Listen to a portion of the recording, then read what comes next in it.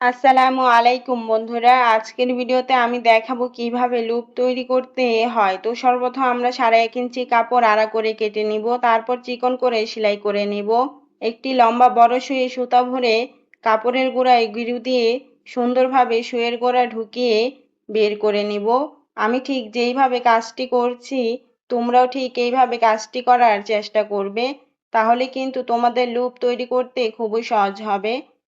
তো যখন গিরুটা ভিতরে ঢুকে যাবে তখন সামনের দিকে আস্তে আস্তে টানা শুরু করবে, তাড়াহুড়া করবে না। অবশ্যই সুন্দরভাবে আস্তে আস্তে কাজটি করার চেষ্টা করবে। যত সময় নিয়ে আস্তে আস্তে কাজটি করবে তখন তোমাদের লুপ সুন্দরভাবে তৈরি হবে। সামনের দিকে জোরে বেশি টানলে গিরু ছিঁড়ে যাবে। তো আমার লুপ তৈরি করা কিন্তু হয়ে গিয়েছে। কেমন হয়েছে আমার লুপ তৈরি কমেন্টে অবশ্যই জানাবে আপুরা।